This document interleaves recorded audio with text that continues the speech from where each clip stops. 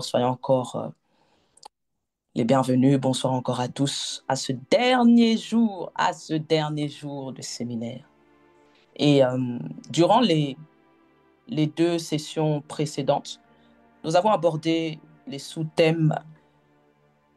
Le premier sous-thème qui avait été abordé, c'était ta croissance spirituelle par l'intermédiaire de l'intimité via la transformation et ta croissance spirituelle par l'intermédiaire de l'intimité via la communion, donc la posture de cœur. Et pour cette clôture, ce soir, nous allons aborder comme sous-thème l'obéissance. Et la référence biblique de ce soir se trouve dans Jean chapitre 6 au verset 38. Jean chapitre 6 au verset 38. Lorsque Jésus a pu dire, car je suis descendu du ciel pour faire non ma volonté, mais la volonté de celui qui m'a envoyé. Car je suis descendu du ciel pour faire non ma volonté, mais la volonté de celui qui m'a envoyé. Autrement dit, ta croissance spirituelle par l'intermédiaire de l'intimité passe également par l'obéissance. Que Dieu bénisse sa parole. J'ai été sauvé, tu as été sauvé, on a été sauvé, n'est-ce pas? Et le fait qu'on ait été sauvé, c'est afin de nous réconcilier avec Dieu. Afin de nous réconcilier avec Dieu par le seul chemin qui n'est autre que Jésus-Christ, qui n'est autre que notre Seigneur et Sauveur Jésus le Christ. C'est pour cela qu'il a pu le dire également dans sa parole, qu'il est le chemin, la vérité et la vie. Et le fait que tu as été sauvé, c'est pour la réconciliation.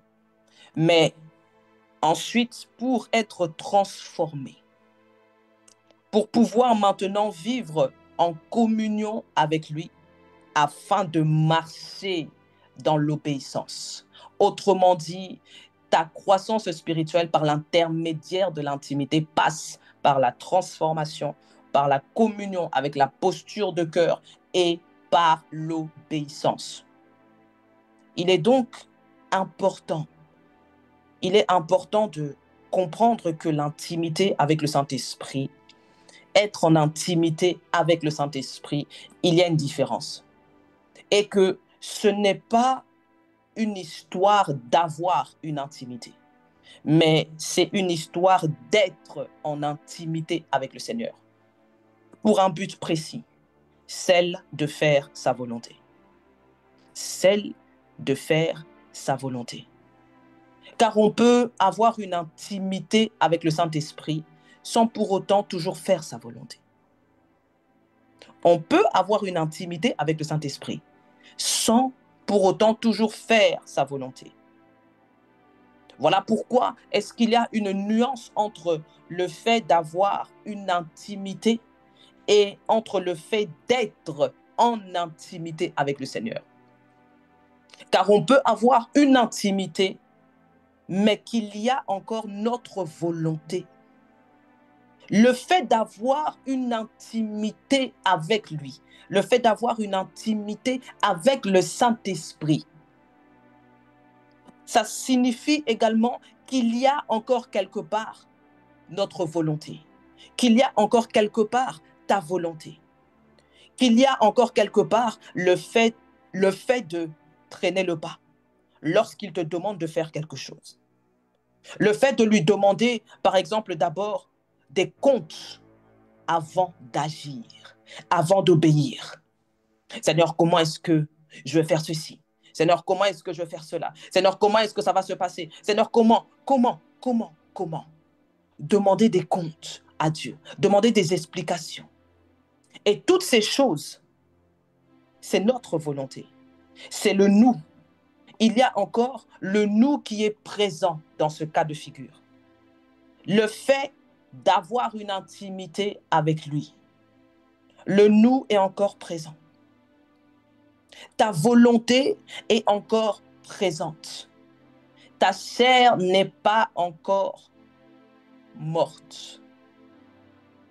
Mais le fait d'être en intimité avec le Saint-Esprit, c'est marcher dans l'obéissance. Marcher dans l'obéissance. Et ça, c'est important. Marcher dans l'obéissance. Être en intimité avec le Saint-Esprit, c'est marcher dans l'obéissance, même lorsque tu ne comprends pas directement son instruction. Même lorsque tu ne comprends pas directement pourquoi il te demande de donner, par exemple, ton salaire du mois à la voisine qui ne te dit même pas bonjour, qui te croise et qui te regarde à peine. D'aller donner un certain montant à X personnes. Et donc, avec cette personne-là, ben, voilà, vous êtes un peu en froid, etc. Marcher dans l'obéissance, être en intimité avec le Saint-Esprit, c'est marcher dans l'obéissance, même lorsque tu ne sais pas où tu vas. Mais tu y vas. Tu y vas. Lorsque l'Éternel était venu trouver Abraham et qu'il lui avait demandé, il lui avait ordonné de quitter la maison de son père, de quitter sa patrie. Abraham ne savait pas où il allait aller. Il ne savait pas. Il ne savait pas. Il l'ignorait encore. Pourquoi? Parce que l'Éternel lui avait dit « Et je te montrerai. » Je te montrerai. Et donc, en fait, ça signifiait quoi? Ça signifiait que il lui a demandé de quitter dans le présent. Mais il allait lui montrer le pays dans un futur proche. Et donc, Abraham, il ne savait pas où il allait, mais il y est allé. Il a obéi. Il a obéi non pas parce que il avait une intimité avec Dieu, mais il était en intimité avec Dieu. Et donc, sa volonté a été complètement écrasée. Sa volonté a été complètement anéantie. Seigneur, je ne sais pas où je vais, mais sur ta parole, j'y vais. Sur ta parole, j'y vais. Sur ton instruction, j'y vais. Sur ton instruction, je me lève. Sur ton instruction, j'y vais. Être en intimité avec le Saint-Esprit, c'est marcher dans l'obéissance, même lorsque tout est encore flou pour toi et que tu n'y vois pas d'issue. Tu es là, tu marches, tu vas quelque part, mais tu ne sais pas encore où. Mais tu sais que tu vas quelque part. Pourquoi? Parce qu'avec Dieu, on va toujours quelque part. Avec Dieu, on ne va jamais nulle part. Avec Dieu, on ne va jamais nulle part. Mais avec lui, on va toujours quelque part. Et tout cela sans broncher. Tout cela sans traîner des pieds. Tout cela sans fuir, comme Jonas. Tout cela sans demander d'abord des explications à Dieu. Comment? Comment? Dieu donne une instruction et tu vas demander, mais Seigneur, mais pourquoi? Comment ça, pourquoi? Comment ça, pourquoi? Comment ça, pourquoi? Dieu est ton camarade. Dieu n'est pas notre employé. Dieu n'est pas notre employé. Mais il est notre employeur. Il est celui qui choisit. Il est celui qui élu, qui a élu tout un chacun d'entre nous. Il n'est pas notre employé. Il est notre employeur. Dieu n'est pas notre salarié. Il n'est pas ton salarié. Il ne travaille pas pour toi. Il ne travaille pas pour moi. Il ne travaille pas pour nous. Mais nous travaillons pour lui. Et donc, ce qui signifie que Dieu ne nous doit pas de compte. Il ne te doit pas de compte. Il ne me doit pas de compte.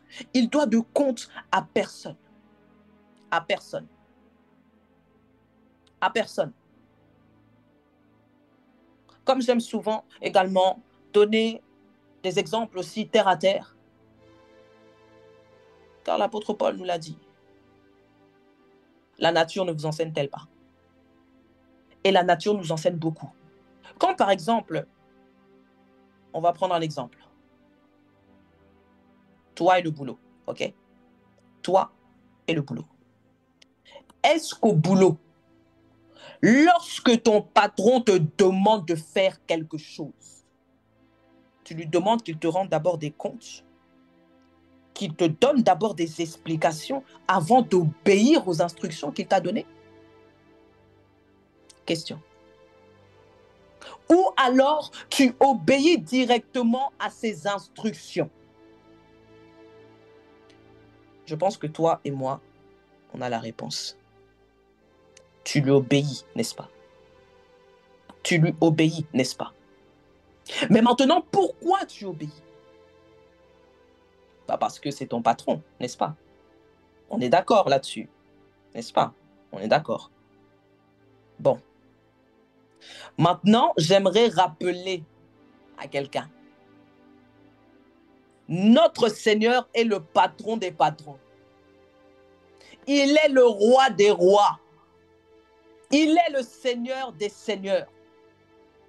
Mais c'est devant celui qui est le patron des patrons, à qui tu demandes des comptes et des explications avant d'obéir, lorsqu'il te donne une instruction, lorsqu'il te donne une tâche à accomplir. Mais face au petit patron, tu obéis sans lui demander des comptes ni des explications à la tâche qu'il t'a ordonné d'accomplir. Là, tu constates qu'il y a un problème, n'est-ce pas? Il y a un problème, on est d'accord. On est d'accord. Que comment est-ce que le petit patron, tu as cette facilité d'obéir lorsqu'il donne une instruction. Mais lorsque c'est le patron des patrons, le roi des rois, le seigneur des seigneurs, tu lui demandes des comptes, tu lui demandes des explications, tu attends aussi qu'il te rende des comptes. Seigneur, pourquoi? Seigneur, pourquoi? Seigneur, pourquoi? Et pourquoi pas toi? Et pourquoi pas? Et pourquoi pas? C'est là en fait que tu constates qu'il y a un problème. Et je suis venu rappeler à chacun d'entre nous que Jésus-Christ a obéi à son Père. Jésus-Christ a été l'exemple suprême d'obéissance à notre Père céleste. Voilà pourquoi il a dit dans Jean 6, 38 qu'il est descendu du ciel pour faire non sa volonté, mais la volonté de celui qui l'a envoyé. Autrement dit, Jésus a consacré sa vie à obéir à son Père, à obéir à celui qui l'avait envoyé. Mais pourtant, cela n'a pas toujours été facile pour lui. Cela n'a pas toujours été facile pour lui. Mais il a consacré sa vie parce qu'il était en relation, en intimité avec le Père. Il n'avait pas seulement une relation, il n'avait pas seulement une intimité, il était en intimité, en relation avec lui. La différence se trouve là. La différence se trouve là. La nuance se trouve là. Lorsque tu es en intimité, ta volonté n'est plus là. Ta volonté n'est plus là. Tu vas en fait te rappeler pourquoi est-ce que tu es sur cette terre. Tu vas te rappeler que tu es en mission ici. Tu te rappelleras que tu es missionnaire sur cette terre. Tu te rappelleras que tu n'as pas accepté Christ pour encore avoir une volonté. Tu te rappelleras que depuis que tu as accepté Jésus-Christ comme Seigneur et Sauveur de ta vie, qu'il n'est plus question de toi, mais de lui. Qu'il n'est plus question de ta volonté, mais de celle de celui qui t'a envoyé. J'aimerais dire à quelqu'un que l'obéissance précède la bénédiction. J'insiste dessus. L'obéissance précède la bénédiction. On va aller toujours dans les Écritures. On va le démontrer dans les Écritures. Lorsque tu as pu lire le livre de Deutéronome, il y a le chapitre 28. Lorsque l'Éternel avait parlé au travers de Moïse pour son peuple, n'est-ce pas? À un moment donné, il a dit au travers de Moïse, va dire à mon peuple, si tu obéis à la voix de l'Éternel ton Dieu, en observant et en mettant en pratique tous mes commandements que je te prescris aujourd'hui, l'Éternel ton Dieu te donnera la supériorité sur toutes les nations de la terre. On va reprendre le début. Ça commence comment? Ça commence comment? L'Éternel a commencé par dire, si tu quoi? Si tu obéis à la voix de l'Éternel, ton Dieu, en observant et en mettant en pratique tous ces commandements que je te prescris aujourd'hui, l'Éternel, ton Dieu, te donnera la supériorité sur toutes les nations de la terre. Voici toutes les bénédictions qui se répandront sur toi et qui seront ton partage lorsque tu obéiras à la voix de l'Éternel, ton Dieu. Oh, qu'est-ce que j'aime la parole de Dieu. On va reprendre cette deuxième partie. Voici toutes les bénédictions qui se répandront sur toi et qui seront ton partage lorsque tu quoi? Lorsque tu obéiras à la voix de l'Éternel, ton Dieu. Il commence par si tu obéis. Il s'agit ici de quoi? De l'obéissance. Et c'est ensuite qu'il parle de la bénédiction. Il ne commence pas d'abord par la bénédiction. Non, il commence d'abord par quoi? Il commence d'abord par l'obéissance. Par l'obéissance. Et c'est là que tu vois, c'est là que tu comprends que l'obéissance précède la bénédiction. L'obéissance précède la bénédiction. Moïse a donné ce discours en s'adressant aux Israélites, alors qu'ils étaient sur le point d'entrer dans la terre promise, comme l'Éternel leur avait promis. Et en fait, dans ce chapitre, Moïse évoque les bénédictions qui seront accordées au peuple d'Israël. Si quoi? Si ils obéissent au commandement de Dieu. Si le si là change tout. Si, c'est la condition. Le si, c'est la condition. D'accorder les bénédictions que l'Éternel accordera au peuple d'Israël si ils obéissent au commandement de Dieu. Autrement dit, sans obéissance, pas de bénédiction. Et lorsqu'on lit cette parole, on voit que cette parole de l'Éternel commence par une promesse de bénédiction, uniquement que pour ceux qui écoutent, qui suivent et qui obéissent les instructions divines. Autrement dit, cette promesse n'est pas pour tout le monde.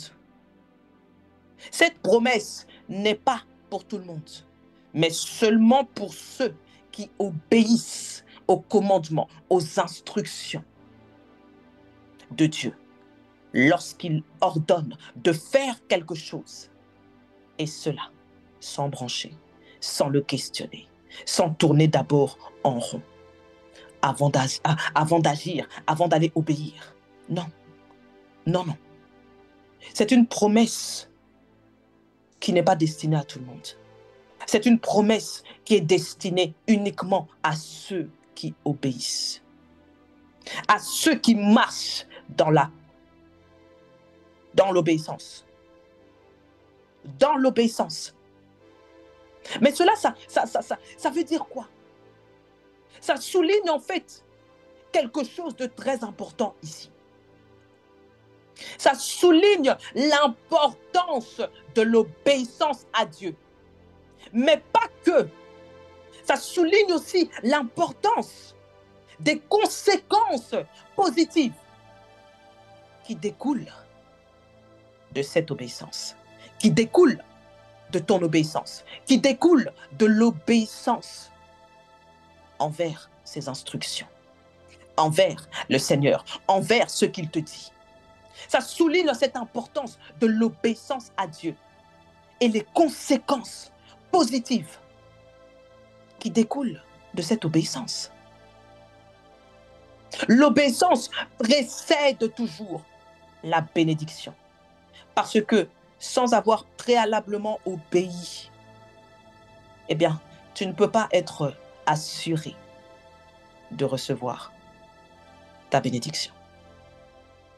Sans avoir d'abord préalablement obéi, ne t'attends pas à recevoir ta bénédiction sans avoir d'abord obéi à Dieu, sans d'abord avoir obéi aux instructions qu'il t'a données, sans d'abord avoir obéi lorsqu'il t'a demandé de faire quelque chose et que tu n'as pas tourné en rond, que tu n'as pas cherché midi à 14h d'abord avant d'obéir, avant d'agir, que tu n'as pas d'abord fui comme Jonas et ensuite après voilà tu reviens. Non. Comme je le dis souvent, la vie en Christ, ce n'est pas le monde des bisounours. La vie en Christ, ce n'est pas le monde des bisounours. L'obéissance est liée à la bénédiction. L'obéissance est liée à la mise en pratique des commandements que le Seigneur te donne, des instructions que Dieu te donne, des instructions que le Seigneur me donne, des instructions que le Seigneur nous donne. L'obéissance est liée à la bénédiction et à la mise en pratique. Dans ce chapitre, Moïse est en train de parler des bénédictions. Des bénédictions. Des bénédictions qui suivront à cause de l'obéissance. Mais tandis que le reste du chapitre, tu peux constater que Moïse décrit ensuite les malédictions qui tomberaient maintenant sur quoi? Sur le peuple, s'il désobéit à l'Éternel. Autrement dit, s'il ne marche pas dans l'obéissance. Il y a le prix de l'obéissance, oui. Oui. Mais sache qu'il y a également le prix de la désobéissance. De la même manière qu'il y a le prix de l'obéissance, ne t'inquiète pas qu'il y a aussi le prix de la désobéissance. Et c'est ça que les Écritures sont en train de nous parler dans ce chapitre de Deutéronome. Dans ce chapitre, les malédictions qui tombent lorsque on désobéit. Pour ta croissance spirituelle, sache qu'il y a une condition que tu dois remplir au moment où tu es en intimité avec le Saint-Esprit. Après avoir commencé le processus de la transformation et de la communion avec cette posture de cœur, cette condition sera ensuite celle de marcher dans l'obéissance. Sera celle de marcher dans l'obéissance. Pourquoi? Parce que l'obéissance est liée à la bénédiction. Elle est liée et qu'elle précède la bénédiction. Elles sont liées toutes les deux. Elles sont liées toutes les deux. Et comme j'aime souvent le dire, Seigneur, il n'y a pas plus simple que toi. C'est l'homme, on complique tout. C'est l'homme, on complique tout. Mais il n'y a pas plus simple que toi. Et la Bible dit également que les commandements de Dieu ne sont pas quoi? Ne sont pas pénibles. Les commandements de Dieu ne sont pas pénibles. Pourtant,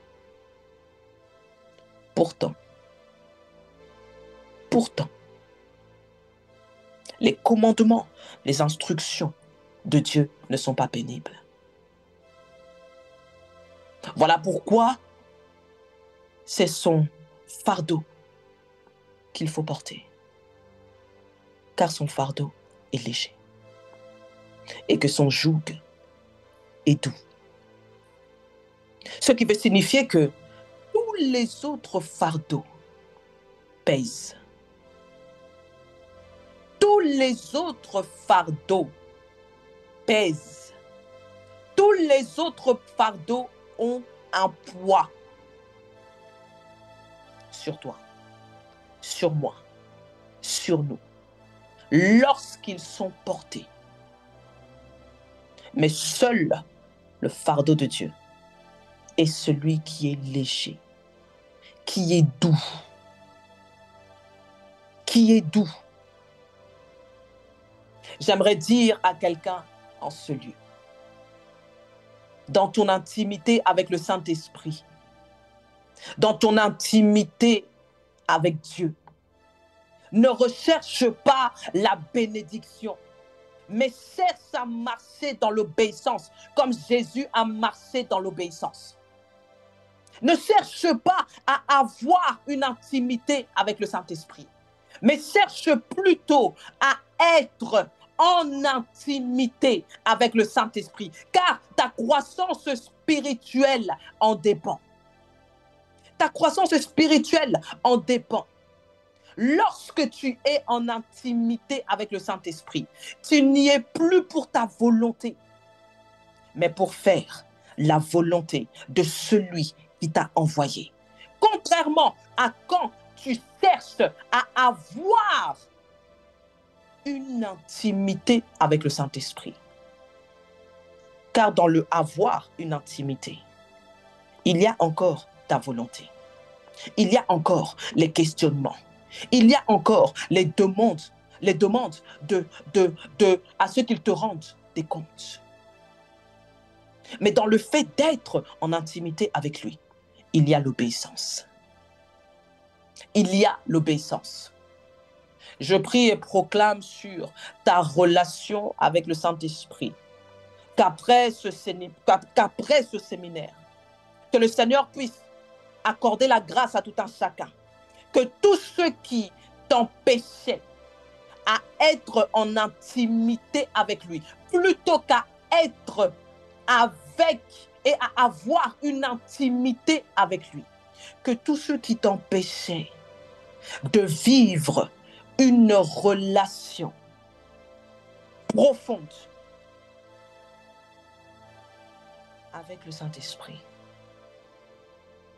Père, que ceux-là seront tout simplement, dès ce soir, que ceux-là seront tout simplement dès ce soir, par la puissance du Saint-Esprit et au nom de Jésus. Au nom de Jésus. Amen. Pour ta croissance spirituelle par l'intermédiaire de l'intimité. Autrement dit, pour croître spirituellement, il est important de toujours chercher à ressembler à Christ. Oui. Oui. Oui.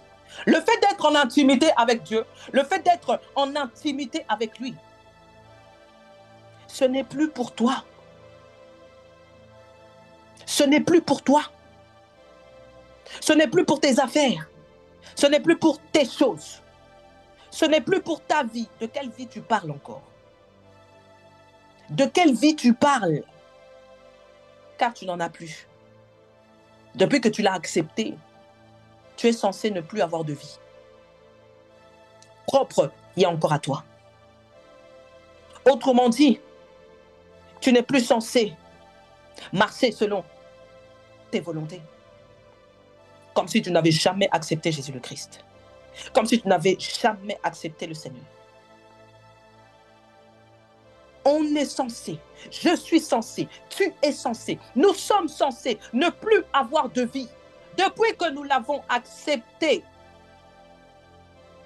Et donc, lorsque tu es en intimité avec lui, lorsque tu es en intimité avec le glorieux Saint-Esprit, avec sa majesté, avec l'honorable, avec celui qu'on appelle le formidable, lorsque tu es en intimité avec celui qu'on appelle l'ancien des jours, ce n'est plus censé être pour toi, pour ta vie, pour ta volonté, pour tes caprices, pour tes plaintes, mais c'est censé être pour que tu fasses la volonté de celui qui t'a envoyé sur la terre.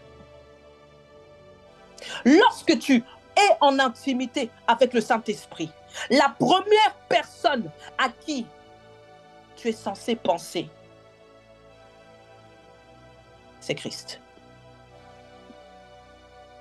C'est Christ. C'est Christ.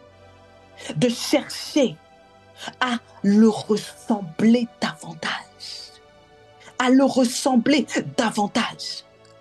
Être en intimité avec le Saint-Esprit doit toujours en fait te faire sortir de là avec le fruit de l'esprit développer davantage en toi. Développer davantage en moi. Développer davantage en nous. Être en intimité avec le Seigneur, avec le Saint-Esprit, doit toujours te faire sortir de là avec une nouvelle dimension de Christ visible en toi. Avec une nouvelle dimension de Christ visible en toi. Être en intimité avec le Saint-Esprit, être en intimité avec le Seigneur, doit toujours te faire porter du fruit visible. La Bible nous dit dans le livre de Luc que Jésus croissait en sagesse, en stature et en grâce. Devant qui? Devant Dieu. Mais devant qui? Et devant les hommes. Devant les hommes. Voilà pourquoi est-ce que j'aime beaucoup les évangiles. Beaucoup. Que Jésus croissait. Autrement dit, que l'enfant croissait en sagesse, en stature et en grâce devant Dieu. Mais pas que devant Dieu, aussi devant les hommes. L'intimité a donc pour but de faire porter du fruit visible, non pas seulement devant Dieu, mais aussi devant nous les hommes.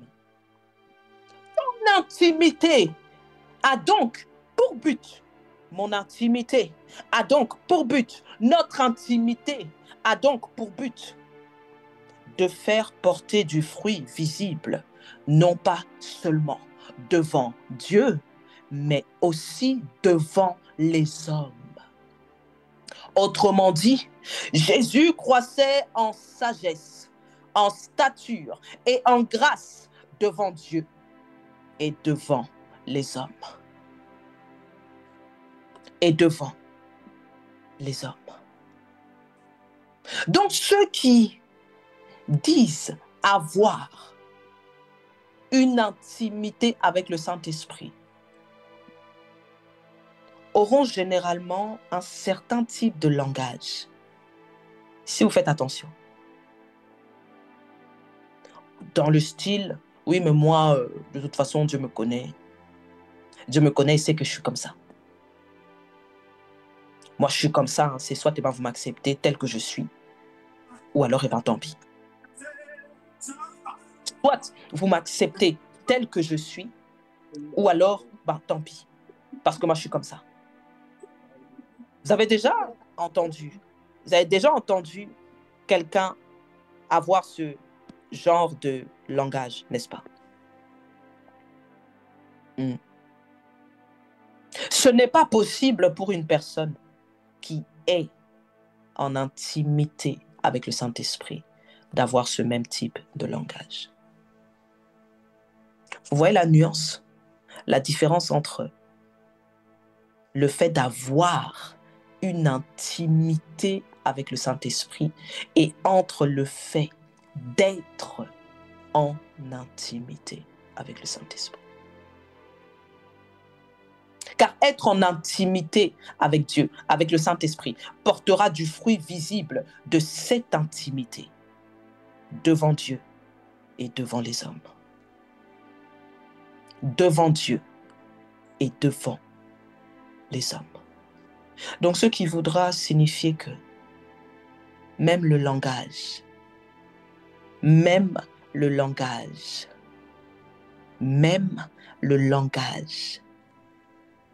est censé changer, est censé être transformé. Même le langage. Donc quelqu'un qui, tu entends, qui dit beaucoup, oui, mais moi de toute façon, Dieu me connaît. Moi, Dieu me connaît, il sait que je suis comme ça. Moi, Dieu me connaît, il sait que je suis comme ça. Acceptez-moi tel que je suis. Acceptez-moi tel que je suis. C'est comme ça que vous pouvez déceler, que vous pouvez observer, que vous pouvez analyser. Si quelqu'un est en intimité ou si quelqu'un dit avoir une intimité avec le Saint-Esprit. Tu as des difficultés. C'est normal. C'est normal. Car comme je le dis souvent, la vie en Christ, ce n'est pas le monde des bisounours. Ce n'est pas le monde des bisounours. Et donc, si tu as des difficultés, c'est normal. Voilà pourquoi j'ai été envoyé et mandaté par le Seigneur pour aborder ce séminaire, aborder ce thème. Et ce soir, je viens encore t'annoncer une bonne nouvelle. Ce soir, je viens t'annoncer une bonne nouvelle. Malgré les difficultés, je viens t'annoncer une bonne nouvelle. Celle de l'Évangile. Celle de l'Évangile. Et te dire que la croissance spirituelle n'est pas un chemin sans difficulté. Ok? La croissance spirituelle n'est pas un chemin sans difficulté, mais c'est un chemin qu'on parcourt, non pas seul, mais avec le Seigneur Jésus-Christ. Et cela main dans la main. Main dans la main. La vie de l'esprit. La vie de l'esprit. Quand je parle ici d'esprit, je parle d'esprit, corps et âme. La vie de l'esprit, ok, est une vie qui est constamment en mouvement. Et de la même manière que l'on mûrit sur le plan humain physique, il nous est également important de mûrir sur le plan spirituel. Il nous est important. Mais ce que j'aime avec notre Dieu, c'est que il a dit que le faible dise « je suis fort ». Que le faible dise « je suis fort ». Quand tu es faible, quand je suis faible, quand nous sommes faibles, sache que c'est alors que nous sommes forts. Sache que c'est alors que tu es fort. Lorsque tu es conscient de ta faiblesse, ok, lorsque tu es conscient de ta faiblesse, tu peux t'appuyer sur la foi de Dieu. Il y a la foi en Dieu et il y a la foi de Dieu. Mais Saint-Esprit, on ne va pas aller là-bas. Parce que ça, c'est encore tout un enseignement. Mais lorsque tu es conscient de ta faiblesse, tu peux t'appuyer sur la foi de Dieu. Avec, en fait, humilité. Avec cette humilité-là. Et si ton âme, là, je parle de l'âme. Tout à l'heure, j'ai parlé de quoi? De la vie de l'esprit, n'est-ce pas? Maintenant, je parle maintenant de l'âme. Si ton âme s'abandonne à lui, alors Dieu travaillera sur ta faiblesse. Dieu travaillera sur ta faiblesse. Et tu vas voir, il fera surgir quelque chose de nouveau dans ton âme. Il fera surgir une nouvelle dimension dans ta relation d'intimité avec lui. Pourquoi? Parce que sans Dieu, on ne peut rien faire. Sans le Saint-Esprit, on ne peut rien faire. C'est avec lui et en lui que l'on peut en fait être transformé et davantage croître spirituellement. Davantage croître spirituellement. C'est pour cela que l'apôtre Paul a pu dire également dans le livre de 2 Corinthiens, « Lorsque je suis faible, c'est alors que je suis fort. » J'aimerais dire à quelqu'un, ta croissance spirituelle par l'intermédiaire de l'intimité dépendra de ta mort à soi chaque jour. Ta croissance spirituelle par l'intermédiaire de l'intimité dépendra de ta transformation chaque jour. Ta croissance spirituelle par l'intermédiaire de l'intimité dépendra de la communion avec la bonne posture de ton cœur. Ta croissance spirituelle par l'intermédiaire de l'intimité dépendra de l'obéissance à ce que Dieu te demande de faire, sans brancher, sans tourner en rond avant d'obéir, sans fuir, sans lui demander d'abord des comptes avant d'obéir, avant d'agir. Ta croissance spirituelle par l'intermédiaire de l'intimité dépendra aussi de ta soif, oui, dépendra aussi de ta soif et de ta faim pour la parole de Dieu, pour la méditation des Écritures. Parce que plus tu aimeras à chercher à aimer Jésus-Christ lorsque tu es en intimité avec le Saint-Esprit, lorsque tu passes tes temps à la montagne, et plus tu te rapprocheras de lui pour qui il est dans tes moments d'intimité, et non plus pour te mettre toi en avant, non plus pour parler de toi, non plus pour parler de tes choses, non plus premièrement. Voilà pourquoi il est écrit « Rapprochez-vous de Dieu et il s'approchera de vous. La Bible dit de se rapprocher. La Bible n'a pas dit de nous approcher, mais rapprochez-vous de Dieu. Ça signifie que il y a eu un moment là où tu t'es déjà approché de lui. Mais il faut que tu continues constamment à t'approcher de lui. Autrement dit, à te rapprocher, à te rapprocher, à te rapprocher, à te rapprocher, à te rapprocher de lui. Afin que lui, il s'approche de toi. Comme je le dis souvent, Dieu est un Dieu de principe. Comme je le dis souvent, Sa Majesté, le glorieux Saint-Esprit, est un gentleman. Il est un gentleman. La preuve,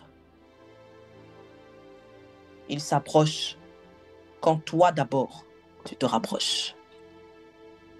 Donc, plus tu aimeras chercher à aimer Jésus-Christ, plus tu aimeras à chercher à ressembler à Christ lorsque tu es en intimité avec le Saint-Esprit. Lorsque tu as tes temps à la montagne, plus tu te rapprocheras de lui pour qui il est. Plus tu te rapprocheras de lui et plus tu porteras de fruits visibles devant Dieu, mais aussi devant les hommes. Devant les hommes. Plus tu porteras de fruits visibles et plus tu seras en train de croître spirituellement. Pourquoi? Car ce ne sera plus toi qui vivras, mais Christ qui vivra en toi, qui sera visible en toi. Là où son caractère sera davantage formé en toi. Là où la mort à toi-même ne sera pas visible uniquement que par toi, mais aussi par les hommes. Car aucun arbre qui porte du fruit, ses fruits restent invisibles devant les hommes. Que Dieu bénisse sa parole. Demeurez bénis.